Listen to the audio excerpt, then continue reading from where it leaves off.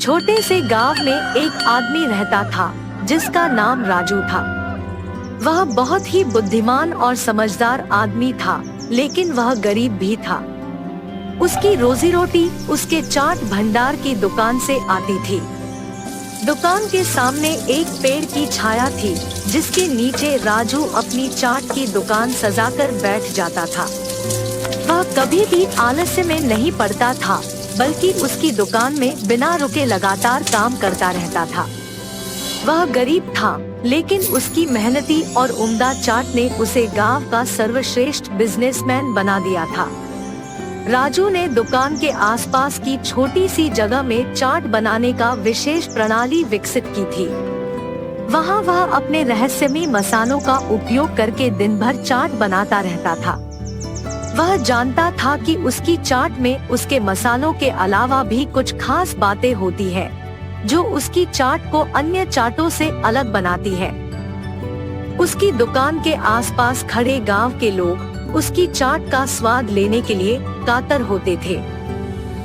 गांव के लोग उसके चाट की दुकान के लिए जाने वाले थे, क्योंकि उसकी दुकान में वो खासियत थी जो किसी अन्य जगह पर नहीं मिलती थी। राजू की दुकान पर हमेशा भीड़ लगी रहती थी। वह अपने चाट और पानी पूरी के साथ एक खास मसाला मिलाता था, जिसके बिना चाट का स्वाद अधूरा लगता। उसकी दुकान के सामने की सड़क पर बच्चे, युवा, बुजुर्ग सब खड़े होते थे। उसकी दुकान की ओर देखते ही मुंह में पानी आने लगता था। राजू की विशेषता थी उसके रहस्यमय मसालों में। उसने अपनी दुकान की चाटों को वो खासियत देने के लिए उन मसालों को तैयार किया था, जिनकी बात सुनकर तो किसी भी चाट के शौकीन की जीभ चिढ़ जाती। गांव के लोग राजू की दुकान के खास खाने के प्रति प्रेम में डूबे रहते थे। रोज वे उसकी दुकान पर आते और उसकी चाट का आनंद उठाते थे। उनकी चाट देखकर कोई भी अपनी जीभ बचाने का प्रयास नहीं कर पाता था। उसके खास मसाले और सांभर सॉस के साथ मिलकर उसकी चाट को खाने का मजा और भी दोगुना हो जाता था। एक दिन राजू ने एक नया आविष्कार किया।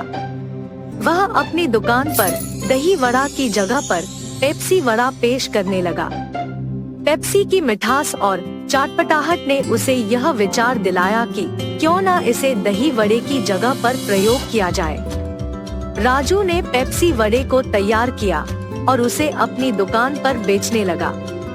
इस नए आविष्कार के बारे में सुनकर कुछ लोग उसके साथ मजाक करने लगे, जबकि कुछ लोगों को यह नई और अलग स्वाद का अनुभव करने में मजा आया। राजू ने सोचा, विचार करने में कोई हानि नहीं है। उसने पेप्सी वड़े के साथ उसके खास मसाले मिलाए और यह नया व्यावसायिक प्रस्ताव अपने गांव के लोगों को प्रस्तुत किया। उन्होंने इसे पेप्सी चाट के नाम से पुनर्जीवित किया।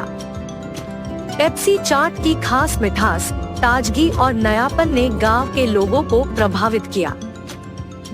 शुरुआत में जिधर कुछ लोग उसके साथ मजाक करते थे, उतने ही लोग उसकी नवाचार को स्वीकार करने लगे।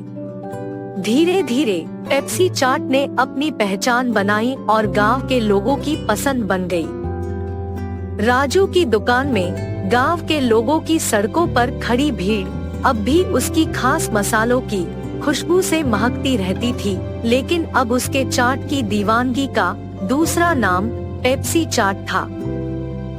राजू ने दिखाया कि नए आविष्कार से नई राहें खोल सकती हैं, और जब तक आप मेहनती हैं और अपने काम में नयापन डालते हैं, सफलता कभी दूर नहीं होती।